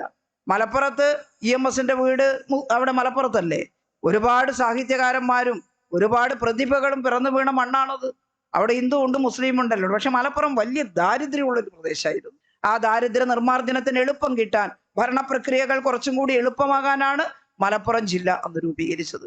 അതിന്റെ ഫലം മലപ്പുറത്തിന് ഉണ്ടായിട്ടുണ്ട്. ദാരിദ്ര്യം കുറഞ്ഞിട്ടുണ്ട്, വലിയ വികസനം ഉണ്ടായിട്ടുണ്ട്, വലിയ രാജപാതകളുണ്ട്, എല്ലാം ഉണ്ട് അവിടെ. ആ മലപ്പുറത്തിന് വേണ്ടി ഇടതുപക്ഷം ചെയ്തതല്ലാതെ എന്താ കോൺഗ്രസും ലീഗും എല്ലാം ചെയ്തിട്ടുള്ളത്? അത് സത്യസന്ധമായി പരിശോധിക്കണ്ടേ? എന്ത് വടി കിട്ടിയാലും ഇടതുപക്ഷത്തെ അടിക്കാൻ വേണ്ടി ഒരുങ്ങി പുറപ്പെട്ടിരിക്കുകയാണ്. പാർലമെന്റ് തെരഞ്ഞെടുപ്പിൽ നമുക്ക് പരാജയം ഉണ്ടായി. ഞാനും വടകര മത്സരിച്ചിരുന്നു. പമ്പിച്ച ആവേശമായിരുന്നു. ചില കോൺഗ്രസ്സുകാരെല്ലാം ഇങ്ങോട്ട് വിളിച്ചിട്ട് പറഞ്ഞു, ഞങ്ങൾ രാഷ്ട്രീയം ഒന്നും നോക്കുന്നില്ല, ടീച്ചർക്ക് വോട്ട് തരാമെന്ന്. പിന്നെ എവിടെ പോയി എന്ന് നമുക്കറിയില്ല കേട്ടോ. ഇപ്പറഞ്ഞ ജമാഅത്തെ ഇസ്ലാമി, SDP അവർക്ക് സ്ഥാനാർത്ഥികളുണ്ട്. സാധാരണ അവർക്ക് സ്ഥാനാർത്ഥികൾ ഉണ്ടാവും. സ്ഥാനാർത്ഥികൾ ഉണ്ടായിരുന്നില്ല. അവരെല്ലാം കൂടി നമുക്കെതിരായിട്ട് വോട്ട് ചെയ്യിപ്പിച്ചു. ജനങ്ങളെ കൊണ്ട് നുണ പ്രചരിപ്പിച്ചു. ഈ വാട്സാപ്പിലൂടെയും ഫേസ്ബുക്കിലൂടെയും ഒക്കെ നമ്മൾ പറയാത്ത കാര്യങ്ങൾ, നമ്മൾ ചിന്തിക്കാത്ത കാര്യങ്ങൾ, ആളുകളുടെ ചിന്തക്ക് തീപിടിപ്പിക്കും വിധം നുണകൾ പ്രചരിപ്പിച്ചു. നമുക്കത് മനസ്സിലായി വരുമ്പോഴേക്കും ഇലക്ഷൻ എല്ലാം കഴിഞ്ഞു പോയിരുന്നു. അപ്പോൾ കുറെ ആളുകൾ തെറ്റിദ്ധരിച്ചും വോട്ട് ചെയ്തിട്ടുണ്ട്. അവർ പശ്ചാത്തപിക്കും ഉറപ്പായിട്ടും, അതിൽ യാതൊരു സംശയമില്ല. കാരണം അത് തെറ്റായിരുന്നു എന്ന് അവർക്ക് ഇപ്പോൾ മനസ്സിലാവുന്നുണ്ട്. പക്ഷേ കുറച്ചു കാലത്തേക്ക് നവമാധ്യമങ്ങൾക്ക് ജനങ്ങളെ വഞ്ചിക്കാൻ സാധിക്കുന്നു എന്നുള്ളതാണ്. അതിനിയും തുടരും. നമ്മൾ വളരെ സൂക്ഷ്മ ദൃഷ്ടിയോടുകൂടി നോക്കണം. നമ്മുടെ സമൂഹത്തിൽ ഇടതുപക്ഷ ആശയത്തെക്കുറിച്ച് നന്നായി നവമാധ്യമങ്ങളിലൂടെ നമ്മൾ നുണയൊന്നും ഒരൊറ്റ പറയേണ്ട, സത്യം മാത്രം പറഞ്ഞാൽ മതി. അത് പ്രചരിപ്പിക്കാൻ തയ്യാറാകണം നമ്മൾ. എങ്കിൽ മാത്രമേ ഈ അതിക്രമങ്ങളിൽ നിന്ന് രക്ഷ നേടാൻ കഴിയൂ. ഇപ്പൊ 3 ഉപതെരഞ്ഞെടുപ്പുകളുണ്ട്. രാഹുൽ ഗാന്ധി വയനാട്ടിൽ, എനിക്കും ഇലക്ഷന്റെ ഒരു ചാർജ് ഉണ്ടായിരുന്നു. ഞാൻ അവിടുത്തെ ആളുകളോട് ചോദിച്ചു, അല്ല എന്തിനാ ഇദ്ദേഹം ഈ വയനാട് തന്നെ രാജിവെച്ചത്? അപ്പം ആകെ ഉരുൾപൊട്ടലുണ്ടായി. വയനാട്ടിലെ ജനങ്ങളുടെ ജീവിത ദാരിദ്ര്യം എന്ന് വെച്ചാൽ ഇത്ര കഷ്ടമാണ്. എന്നാ പിന്നെ അദ്ദേഹത്തിന് റായ്ബറേലി രാജിവെക്കായിരുന്നില്ലേ? അവിടെ പ്രശ്നമൊന്നുമില്ലല്ലോ. ഈ വയനാടിനെ കഷ്ടപ്പെടുത്തണമായിരുന്നു. അവിടെ പ്രിയങ്കേനെ മത്സരിപ്പിച്ച പോരെ. പക്ഷെ വയനാട് രാജിവെച്ചു. അവിടെ എത്ര ഉറപ്പുണ്ടാവുമെന്ന് എനിക്കറിയില്ല. പക്ഷെ ഈ ജനതയെ ചതിച്ചില്ലേ? ഞാനെന്നും വയനാടിന്റെ മകനായിരിക്കും എന്ന് പറഞ്ഞിട്ട് ഇവിടെ വന്നയാൾ ചതിക്കുകയല്ലേ ചെയ്തത്? ഏതായാലും ഇലക്ഷൻ നടന്നു. പക്ഷെ കോൺഗ്രസിന്റെ ഒരു സ്ട്രോങ് ഹോൾഡ് മണ്ഡലമാണ്. ഇടതുപക്ഷം ജയിക്കുന്നൊന്നും നമുക്ക് പറയാൻ പറ്റില്ല. എങ്കിലും കഴിഞ്ഞ തവണ കിട്ടിയ ഭൂരിപക്ഷത്തെക്കാൾ നിങ്ങൾ കുറക്കണം, ഇവരൊരു പാഠം പഠിപ്പിക്കണം എന്നൊക്കെ പറഞ്ഞിട്ടുണ്ട്. എന്താ ഉണ്ടാവുക നമുക്ക് വോട്ടെണ്ണുമ്പം കാണാം. പിന്നെ ചേലക്കര നടന്നു. ചേലക്കര അവിടെ പ്രദീപ് നല്ല സ്ഥാനാർത്ഥിയാണ്. നേരത്തെ പ്രദീപ് MLA ആയപ്പോൾ ഞാനും അസംബ്ലിയിൽ ഉണ്ടായിരുന്നു. വളരെ ജനകീയനായിട്ടുള്ള MLA ആണ് പ്രദീപ്. അവിടെ ജയിക്കുമെന്ന് തന്നെയാണ് നമ്മുടെ ഉറച്ച വിശ്വാസം. നമ്മുടെ നല്ല രീതിയിൽ നല്ല ഭൂരിപക്ഷത്തോടെ പ്രദീപ് ജയിക്കും. ജയിച്ചാൽ ചേലക്കരക്കാർക്ക് ആശ്വാസം കേട്ടോ. പ്രദീപിനെ തോപ്പിക്കുകയാണെങ്കിൽ അത് കഷ്ടമായി പോകും. അത് ചേലക്കരക്കാർ ചെയ്യില്ല. പിന്നെ ഉള്ളത് പാലക്കാടാണ്. അവിടെ വടകരയിൽ ഷാഫി പറമ്പുണ്ടാക്കിയിട്ടുള്ള ഒരു കരാറുണ്ടായിരുന്നു. എന്നെ ഇവിടെ ജയിപ്പിക്കാൻ BJPക്കാർ വോട്ട് തന്നാൽ പാലക്കാട് ബൈ-ഇലക്ഷൻ വരും. ശൈലജ ടീച്ചറെ ജയിപ്പിച്ചാൽ മട്ടന്നൂർ ബൈ-ഇലക്ഷൻ വന്നാൽ അങ്ങക്ക് ഒരു രക്ഷയില്ല അവിടെ. അതേസമയത്ത് പാലക്കാട് കഴിഞ്ഞ തവണ 2ാം സ്ഥാനത്തെത്തിയിട്ടുണ്ട്. അവിടെ ശ്രീധരനായിരുന്നു മത്സരിക്കുന്നത്. നമ്മുടെ റെയിൽ ഇതിന്റെ മെട്രോ മാൻ മത്സരിച്ചപ്പോൾ കുറെ നിഷ്പക്ഷ വോട്ടൊക്കെ കിട്ടിയിട്ടുണ്ട്. അതുകൊണ്ടായിരിക്കാൻ 2ാം സ്ഥാനത്ത് വന്നിട്ടുണ്ടാവുക. പക്ഷേ ഇത്തവണ അവിടെ ബൈ-ഇലക്ഷൻ വന്നാൽ അവിടെ BJPയെ സഹായിക്കാമെന്ന് പറഞ്ഞ് BJPക്കാരുടെ വോട്ട് വാങ്ങി. എൻ്റെ നാട്ടിൽ നിന്ന് കല്യാണം കഴിച്ചു കൊണ്ടുപോയൊരു പെൺകുട്ടി വീട്ടിൽ വിളിച്ചിട്ട് പറഞ്ഞു, ഞാൻ അവിടെ ആ കുടുംബം RSSകാരുടേതാണ്, അവള് നമുക്കേ വോട്ട് ചെയ്യും, പക്ഷേ കുടുംബത്തിൽ കലഹം ഉണ്ടാണ്ടിരിക്കാൻ നിങ്ങൾക്ക് ചെയ്യാന്ന് പറയും. അവിടെ വന്നിട്ട് RSS പ്രവർത്തകർ പറഞ്ഞു, ഇത്തവണ നമ്മൾ ഷാഫി പറമ്പിലിനെ വോട്ട് ചെയ്യേണ്ടത്. അപ്പൊ അവള് പറഞ്ഞു, അല്ല നമ്മള് പ്രഫുൽ കൃഷ്ണയല്ലേ നമ്മുടെ സ്ഥാനാർത്ഥി, പിന്നെ എങ്ങനെ? അതാണ് നിന്നോട്ടെ, അതുകൊണ്ട് സാരമില്ല, ഇയാൾക്ക് വോട്ട് ചെയ്യണം. വോട്ട് വിറ്റതാണ്. മുഴുവൻ BJP വോട്ട് മുക്കാൻ പറ്റില്ല, കാരണം പറഞ്ഞാലും കൂട്ടാക്കില്ല ചിലര്. എന്നാ ഒരു ബൾക്ക് വോട്ട് കൊടുക്കാൻ പറ്റും. അത് വിറ്റ് ശീലമുള്ള സ്ഥലമാണ് അവിടെ. അപ്പോ അന്ന് കൊടുത്ത വാഗ്ദാനം പാലക്കാട് നിങ്ങളെ സഹായിക്കാമെന്ന്. പക്ഷെ പാലക്കാട് ഇപ്പോ എന്താ നടക്കുന്നതെന്നൊന്നും നമുക്ക് പറയാൻ കഴിയില്ല. എല്ലാം കൂടി ഒരുമിച്ച് ചേർന്ന് അവിടെ ഒറ്റ പ്രതിജ്ഞയാണ് LDFനെ തോൽപ്പിക്കണം. കോൺഗ്രസ്സുകാരനായിരുന്ന ഡോക്ടർ P. സരിൻ രാജിവെച്ച് വന്നപ്പോൾ ഒരു സ്വതന്ത്ര സ്ഥാനാർത്ഥിയായി സരിനെ അവിടെ മത്സരിപ്പിക്കാൻ നമ്മൾ തീരുമാനിച്ചു. കുഴപ്പമൊന്നുമില്ല. സരിൻ കോൺഗ്രസ്സിലായപ്പോൾ നമ്മളെ വല്ലാണ്ട് വിമർശിക്കുകയും നവമാധ്യമങ്ങളിലൂടെ ഒരുപാട് കാര്യങ്ങൾ പ്രചരിപ്പിക്കുകയൊക്കെ ചെയ്തിട്ടുണ്ട്. സരിൻ അത് അഡ്മിറ്റ് ചെയ്തു. സരിൻ പറഞ്ഞു, എനിക്ക് ഓർമ്മയുണ്ട്, ഞാൻ മന്ത്രിയായപ്പോൾ ഡോക്ടർ സരിൻ എൻ്റെ അടുത്ത് ചില പദ്ധതികളുമായിട്ട് ചർച്ച ചെയ്യാൻ വേണ്ടി വന്നിരുന്നു. സരിനും ഭാര്യ സൗമ്യയും. അപ്പോൾ നല്ല കാലിബറുള്ള ഒരു ചെറുപ്പക്കാരനാണെന്ന് എനിക്ക് അന്നേ തോന്നിയിരുന്നു. IAS കിട്ടിയതാണ്. രാഷ്ട്രീയ പ്രവർത്തനത്തിൽ താല്പര്യം എടുത്ത് അയാൾ കുടുംബം പണ്ടേ കോൺഗ്രസ് ആയിരുന്നു. അതുകൊണ്ട് കോൺഗ്രസിൽ പ്രവർത്തിക്കാൻ വേണ്ടി ആ IAS ഉദ്യോഗമൊക്കെ കളഞ്ഞിട്ട് വന്ന ഒരാളാണ്. MBBS ഡോക്ടറാണ്. അപ്പൊ ഞാൻ പറഞ്ഞു നന്നായി, ഏത് പാർട്ടി ചേർന്നിട്ടായാലും സാമൂഹ്യ പ്രവർത്തനം തിരഞ്ഞെടുത്തത് നന്നായി സരിൻ എന്ന് അന്ന് പറയുകയുണ്ടായി. നമുക്ക് ഇഷ്ടമുള്ള മേഖലയല്ല അത് കോൺഗ്രസ്, എന്നാലും ഒരു സാമൂഹ്യ പ്രവർത്തകനാകാൻ ഒരു ചെറുപ്പക്കാരൻ താല്പര്യം കാണിക്കുന്നു എന്നുള്ളത് നന്നായി എന്ന് അന്ന് സരിനോട് ഞാൻ പറഞ്ഞിരുന്നു. സരിനിടക്ക് വിളിക്കാറുണ്ട് ചിലപ്പോൾ ചില നമ്മുടെ പദ്ധതികളെ കുറിച്ചൊക്കെ അയാളുടെ അഭിപ്രായമൊക്കെ പറയാൻ. നല്ലത് നമുക്ക് സ്വീകരിക്കുന്നതിന് വിരോധമില്ല, കേൾക്കാറുമുണ്ട്. അങ്ങനെ ഒരു സൗഹൃദം ഉറപ്പായിട്ടുണ്ടായിരുന്നു. ആ സരിൻ വന്നപ്പോ നമ്മൾ അയാളെ കറക്റ്റ് ചെയ്തെടുത്താൽ നല്ല ഒരു അസറ്റായിരിക്കും ഇത്തരം സാമൂഹ്യ പ്രവർത്തനങ്ങൾക്ക് എന്നുള്ള കാര്യത്തിൽ തർക്കമില്ല. സരിൻ തെറ്റെല്ലാം തിരുത്തി നമ്മുടെ കൂടെ വരാമെന്ന് പറഞ്ഞു. നല്ല മുന്നേറ്റം അവിടെ ഉണ്ടാക്കുന്നുണ്ട്. പക്ഷെ ഇപ്പറഞ്ഞതുണ്ട്, സകല വർഗീയവാദികൾ ഒരുമിച്ച് ചേർന്നിരിക്കുകയാണ് ഇടതുപക്ഷത്തെ പരാജയപ്പെടുത്താൻ. എങ്കിലും നമ്മൾ നല്ല പോരാട്ടം നടത്തുന്നു, അവിടെ നമുക്ക് ജയിക്കാൻ കഴിയുമെന്ന് ഉറപ്പുണ്ട്. ഞാൻ അവസാനിപ്പിക്കുകയാണ് സഖാക്കളെ. 23-ാം പാർട്ടി കോൺഗ്രസ് കണ്ണൂരാണ് നടന്നത്. കണ്ണൂര് പാർട്ടി കോൺഗ്രസ് എടുത്ത പ്രതിജ്ഞ എന്താ? ഒന്നായി ഗുജറാത്തിലും മറ്റുള്ള വർഗീയ ലഹളയും വല്ലാത്തൊരു അന്തരീക്ഷവും സൃഷ്ടിച്ച ഈ BJPയെ അടുത്ത ഭരണത്തിൽ കയറ്റാതെ താഴെ ഇറക്കാൻ BJPയുടെ ഈ ഫാസിസ്റ്റ് പ്രവണത അവസാനിപ്പിക്കണം. ഹിന്ദു വർഗീയവാദം അവസാനിപ്പിക്കണം. അത് ഹിന്ദുക്കൾക്കും മുസ്ലിങ്ങൾക്കും മോശമാണ്. അതുകൊണ്ട് BJPയുടെ ശക്തി കുറക്കണം. 2, കമ്മ്യൂണിസ്റ്റ് പാർട്ടിയുടെ ശക്തി വർദ്ധിപ്പിക്കണം. നമ്മുടെ വർഗ ബഹുജന സംഘടനകളും നമ്മുടെ പാർട്ടിയും എല്ലാം കൂടി ശക്തമായി ജനങ്ങളുടെ ഇടയിൽ ചെന്ന് അവരുടെ പ്രവർത്തനങ്ങളിൽ ഇടപെട്ട് അവരിൽ മഹാഭൂരിപക്ഷം ആളുകളെയും എന്താണ് ഇടതുപക്ഷ ആശയം എന്ന് മനസ്സിലാക്കി നമ്മുടെ കൂടെ നിർത്തണം. ഇതാണ് ഏറ്റവും പ്രധാനപ്പെട്ടത്. ഇടതുപക്ഷ പാർട്ടികളുടെ ഐക്യവും വർദ്ധിപ്പിക്കണം. ഇതിൽ നമ്മൾ ഒന്നാമത് പറഞ്ഞതിന് വേണ്ടി പ്രവർത്തിച്ചു, BJPയുടെ ശക്തി കുറക്കാൻ. നമ്മൾ കേന്ദ്രത്തിൽ വന്നിട്ടൊന്നുമില്ല. നമുക്ക് പല സംസ്ഥാനങ്ങളിലും അങ്ങനെ സീറ്റ് കിട്ടേണ്ട അവസ്ഥ. കാരണം നമ്മൾ ഒറ്റക്ക് മത്സരിച്ചാൽ നല്ല വോട്ടുണ്ട്, പക്ഷെ അത് ജയിക്കാൻ മാത്രം ആവുന്നില്ല. അവിടെ പിന്നെ നമുക്ക് ആരുടെയെങ്കിലും കൂടെ നിന്നിട്ടേ മത്സരിക്കാൻ പറ്റുന്നുള്ളൂ എന്നുള്ളതാണ്. അതുകൊണ്ട് ഒരുപാട് സീറ്റുകൾ നമുക്ക് കിട്ടിയിട്ടില്ല. പക്ഷെ നമ്മുടെ ആ മുദ്രാവാക്യം ഇന്ത്യ ബ്ലോക്ക് രൂപീകരിക്കുന്നതിലേക്കും BJPയുടെ ശക്തി കുറക്കുന്നതിലേക്കും സഹായിച്ചിട്ടുണ്ട്. സീതാറാം യെച്ചൂരി മരിച്ചപ്പോ അനുശോചന യോഗം ഡൽഹിയിൽ ചേർന്നപ്പോൾ ഞാനുണ്ടായിരുന്നു. കോൺഗ്രസിന്റെ മല്ലികാർജുൻ ഖാർഗെ പറഞ്ഞു, യെച്ചൂരിയെ മറക്കാൻ പറ്റില്ല, അദ്ദേഹമാണ് ഞങ്ങൾക്ക് ഇന്ത്യ ബ്ലോക്ക് രൂപീകരിക്കുന്നതിന് പലരോടും സംസാരിച്ച് ഈ BJP വിരുദ്ധ ചേരിയെ ഒരുമിപ്പിക്കാൻ സഹായിച്ചത്.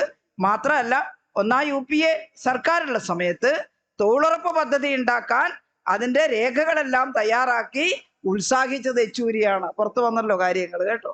ഇതാണ് ഇടതുപക്ഷം. പക്ഷെ നമുക്ക് വലിയ സീറ്റുകളൊന്നും കിട്ടിയില്ലെങ്കിലും BJPയുടെ ശക്തി കുറക്കാൻ സാധിച്ചു. കഴിഞ്ഞ തവണ 3-2 ഭൂരിപക്ഷം ഉണ്ടായിരുന്നു BJPക്ക്. ഇത്തവണ ഭരിക്കാൻ വേണ്ടതിനേക്കാൾ അവരുടെ മുന്നണിക്ക് 60 സീറ്റേ കൂടുതലുള്ളൂ. അപ്പൊ അത് വലിയൊരു നേട്ടമല്ലേ. അവർ 63 സീറ്റ് നഷ്ടപ്പെട്ടു, സിറ്റിംഗ് സീറ്റ്. അതൊരു വലിയ മാറ്റമാണ്. നമ്മൾ ജോലി ചെയ്തതിന് ഫലമുണ്ട്. ചില നിയമങ്ങൾ, അതൊന്നും ഞാനിനി പോകുന്നില്ല, ഒരുപാട് നിയമങ്ങളൊക്കെ കൊണ്ടുവരുന്നു. അതെല്ലാം സ്ത്രീകൾക്കും കുട്ടികൾക്കും എല്ലാ ജനാധിപത്യ വിശ്വാസികൾക്കും അപകടം ഉണ്ടാക്കുന്നതാണ്. ഇനി നമ്മുടെ കമ്മ്യൂണിസ്റ്റ് പാർട്ടി ശക്തമാക്കുക എന്നുള്ള വശം അത് നന്നായിട്ട് ഈ സമ്മേളനത്തിന്റെ ഭാഗമായി നമ്മൾ ചെയ്യണം. 24-ാം പാർട്ടി കോൺഗ്രസ് സമാപിക്കുമ്പോൾ നമുക്ക് പറയാൻ സാധിക്കണം, നമ്മുടെ പാർട്ടി സംഘടന കേരളത്തിൽ വളരെ ശക്തമായിരിക്കുന്നു എന്ന്. എല്ലാ ദുഷ്പ്രചരണങ്ങളെയും അതിജീവിച്ചുകൊണ്ട് നമുക്ക് നമ്മുടെ പാർട്ടിയും ബഹുജന സംഘടനകളും ശക്തമാക്കാനുള്ള പ്രവർത്തനത്തിൽ പങ്കെടുക്കാം. നേടിയതൊന്നും വിട്ടുകൊടുക്കാൻ നമ്മൾ തയ്യാറില്ല. ഇനി ഉടുതുണിക്ക് മറുതുണിയില്ലാത്ത അവസ്ഥയിലേക്ക് പോകാൻ പറ്റില്ല. ഇനി ഭക്ഷണം കഴിക്കാത്ത അവസ്ഥയിലേക്ക് പോകാൻ പറ്റില്ല. ഇനി ആ പഴയ ഫ്യൂഡൽ അടിച്ചമർത്തലിലേക്ക് പോകാൻ പറ്റില്ല. കമ്മ്യൂണിസ്റ്റുകാരുണ്ടാക്കി തന്ന ഈ മനുഷ്യത്വപൂർണമായിട്ടുള്ള എല്ലാ കാര്യങ്ങളും നിലനിർത്തി കൂടുതൽ മെച്ചപ്പെട്ടതിലേക്ക് പോകാൻ നമ്മുടെ ഗവൺമെന്റിനെയും നമുക്ക് സംരക്ഷിക്കണം. വൻകിട പദ്ധതികളടക്കം പിണറായി സർക്കാരിന്റെ കാലത്ത് വിഴിഞ്ഞം പദ്ധതി അടക്കം, നിങ്ങളുടെ അഴീക്കോടെ തുറമുഖം അടക്കം, സുമേഷ് പിടിയുണ്ട്, ഞാനൊന്നും പറയുന്നില്ല, എന്ത് വലിയ വികസനമാണ് അഴീക്കോട് മണ്ഡലത്തിൽ നടന്നത്. ഞാനിപ്പോ കടന്നു വന്ന ആ വഴി മലയോര ഹൈവേ ആയിട്ട് മാറാൻ പോവുകയാണ്. എന്തൊരു മാറ്റാണോ അഴീക്കോട് മണ്ഡലത്തിൽ LDF ഗവൺമെന്റിന്റെ സമയത്തുണ്ടായത്. ആ മാറ്റം ഉണ്ടാവണമെങ്കിൽ LDF ഭരണം തുടരണം, വീണ്ടും വരണം. അതിനെല്ലാം വേണ്ടി ജനങ്ങളെ കണ്ട് നമ്മൾ സംസാരിക്കണമെന്ന് മാത്രം പറഞ്ഞുകൊണ്ട് 23-ാം പാർട്ടി കോൺഗ്രസിന്റെ ഭാഗമായി ഇവിടെ നടത്തിയ ഗംഭീര പ്രകടനവും പൊതുയോഗവും വളരെ ആവേശകരമാണ്. അത് വീണ്ടും നമ്മുടെ സുധാകരേട്ടൻ സെക്രട്ടറിയായി തെരഞ്ഞെടുക്കപ്പെട്ടിരിക്കുന്നു അല്ലേ. സ്ത്രീകൾ 3 പേരാണ് ആ കമ്മിറ്റിയിലുള്ളതെന്ന് ഞാൻ മനസ്സിലാക്കിയത്. ഏരിയ കമ്മിറ്റിയിൽ എല്ലാ പ്രതിനിധികളും ഉണ്ട്. ഈ കമ്മിറ്റിക്ക് വരുന്ന വർഷങ്ങളിൽ ഏറ്റവും നന്നായി പ്രവർത്തിക്കാൻ കഴിയട്ടെ എന്ന് ആശംസിച്ചുകൊണ്ട് ഞാൻ എൻ്റെ പ്രസംഗം അവസാനിപ്പിക്കുന്നു. എല്ലാവർക്കും അഭിവാദ്യങ്ങൾ. നമുക്കിവിടെ ഏറ്റവും പ്രധാനപ്പെട്ട ഒരു ഉപഹാര സമർപ്പണം കൂടിയുണ്ട്. നമ്മുടെ നാട്ടുകാരനായിട്ടുള്ള APJ അബ്ദുൽ കലാം ഫൗണ്ടേഷൻ തിരുവനന്തപുരം തയ്യാറാക്കിയ രാജാ രവിവർമ്മ പുരസ്കാരം ഏറ്റവും നല്ല ചിത്രകാരനുള്ള പുരസ്കാരം ഏറ്റുവാങ്ങിയത് വർഗീസ് കളത്തിലാണ്. വർഗീസ് മാഷാണ്. ആ വർഗീസ് കളത്തിലിന് നമ്മുടെ സമ്മേളനത്തിന്റെ ഭാഗമായിട്ടുള്ള ഒരു ഉപഹാരം ടീച്ചർ സമർപ്പിക്കും. അതുപോലെ തന്നെ മറ്റൊരു ഉപഹാരം നമ്മൾ സമർപ്പിക്കുന്നത് നമ്മുടെ നാടിന്റെ ഏറ്റവും പ്രധാനപ്പെട്ട അഭിമാനമായ ഡോക്ടർ ഹരിത കെ ഹരീഷാണ്. അവര് ഇന്ന് ഇവിടെ വരാൻ വേണ്ടി പറ്റിയിട്ടില്ല. കോഴിക്കോട് മെഡിക്കൽ കോളേജിൽ പ്രാക്ടീസ് ചെയ്തുകൊണ്ടിരിക്കുകയാണ്. അവിടെ നിന്ന് ലീവ് കിട്ടുന്നില്ല. അതുകൊണ്ട് അവർക്ക് വേണ്ടി അവരുടെ സഹോദരനാണ് ഉപഹാരം ഏറ്റുവാങ്ങുന്നത്. ഈ 2 ഉപഹാരവും നൽകുന്നതിന് വേണ്ടി ടീച്ചറെയും ഏറ്റുവാങ്ങുന്നതിന് വേണ്ടി ബന്ധപ്പെട്ടവരെയും ക്ഷണിക്കുകയാണ്.